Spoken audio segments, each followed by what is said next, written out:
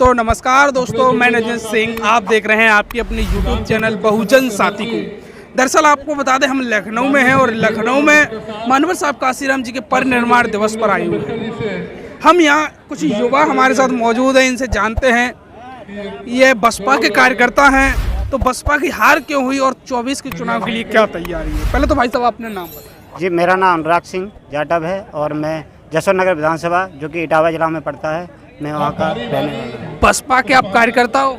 जी, कार्यकर्ता नहीं हूँ लेकिन मैं सपोर्टर हूँ और मैं आदरणीय बहन कुमारी मायावती जी को तहे दिल से मानता हूँ और क्योंकि उनके जो कार्य हैं वो बहुत ही सराहनीय हैं। आज मैं जो स्मारक पर जिस स्मारक पर बैठा हूँ वो आदरणीय बहन कुमारी मायावती जी द्वारा दिया हुआ एक बहुत ही भव्य स्मारक है, जिन्हें हम क्या हमारे आने वाली पीढ़ियाँ भी हमेशा हमेशा के लिए याद रखेंगी और जो उनका कार्य रहा है वो तारीफ़ काबिल रहा है। और जो आज मैं इस स्मारक पर बैठा हूँ आदरणीय बहन कुमारी मायावती जी की बदौलत ही इस आज मैं इतने बड़े स्तंभ पर बैठा हूँ और मैं धन्यवाद करता हूँ ऐसी आयरन लेडी बहन कुमारी मायावती जी को, जिन्होंने हमारे महापुरुषों के इस लखनऊ में ही नहीं और भी कई जगह कई स्थानों पर ऐसे ऐसे स्मारक बनाए हैं जो कि हमेशा हमेशा के लिए एक स्तंभ का रूप में स्तंभ के रूप में हमेशा के लिए एक मान्य रहेंगे। जो अब तो 2022 का चुनाव तो खत्म हुआ, आपकी बुरी हालत हुई।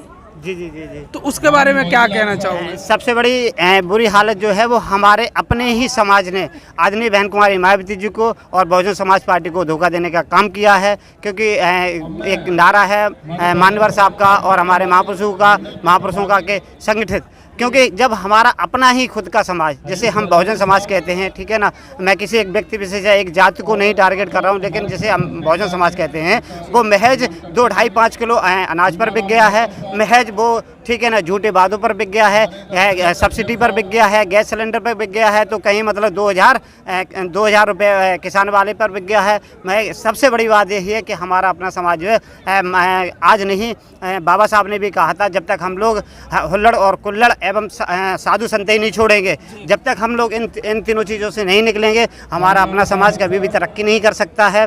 तो आज हमारी ये जो दशा है वो आदरणीय बहन कुमारी मायावती जी द्वारा नहीं है, आज हमारी जो दशा है वो हमने स्वयं की है, क्योंकि हम लोग 2-2.5-5 किलो अनाज पर बिक गए हैं, ठीक है ना। हमने अपनी आने वाली पीढ़ियों को गर्क में डालने का काम किया है और जब तक हम लोग ऐसा ही करते रहेंगे, जब तक हम लोग लालच में बने रहेंगे, तब तक हमारी न तो हमारा अपना खुद का उद्धार हो सकता है, नहीं हमारी आने वाली पीढ़ी का उद्धार हो सकता है। जो अब तो ये चुनाव 22 की गए, 24 की क्या तैयारी है? 24 की तैयारी जो है, मैं सभी बहुजन समाज के लोगों से ये कहना चाहता हूँ, जिस तरीके से अभी मैंने दोबारा मैं बात को दोहराना चाहूँ, हुल्लड़ कुल्लड़ और साधु संतई को हमें सबसे पहले त्यागना होगा। जब तक हम इन तीनों चीज़ों को नहीं त्यागेंगे तब तक न तो हम अपने महापुरुषों का सपना पूरा कर सकते हैं और न ही हम अपना भला कर सकते हैं, ना ही तो अपने समाज का भला कर सकते हैं, क्योंकि हमें इन चीज़ों से निकलना पड़ेगा। लालच बहुत बुरी बला है, क्योंकि हम लोग लालच में पड़ के आज हम बहुत पहले से ठीक है ना हम गर्क में चले आ रहे हैं। हमारे महापुरुषों ने हमारे लिए बहुत कुछ कुर्बान किया है,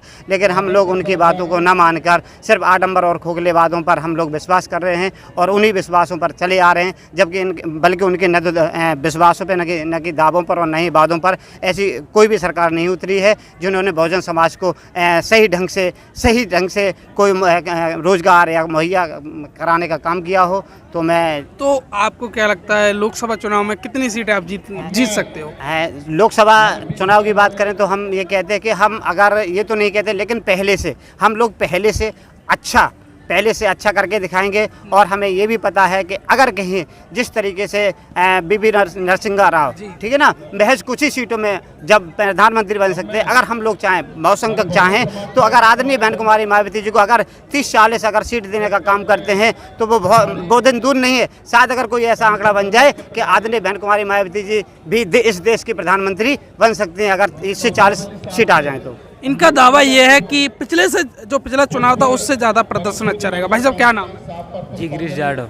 क्या लग रहा है लोकसभा चुनाव की अब आने वाली आहट शुरू हो गई है, क्या लग रहा है उसके बाद? मैं तो 100% ये कहूँगा कि बहन जी की सरकार बनेगी 101%। देखो, आपने विधानसभा में तो बना नहीं पाई, आप लोकसभा में कैसे बना लो? देखिए, लोग एक संगठन नहीं बना पाते, संगठन से बिछड़ जाते हैं, तो ऐसा ही होता है। और जब संगठन हमारे यहाँ चल रहा है, संगठन हर प्रकार का चल रहा है, जब संगठन में सारे लोग इकट्ठे होंगे, सारी जातियाँ इकट्ठी होंगी, तो सरकार बनेगी, अवश्य बनेगी। तो इनकी बातें आपने सुनी, इस वीडियो को अपनों में, अपने दोस्तों में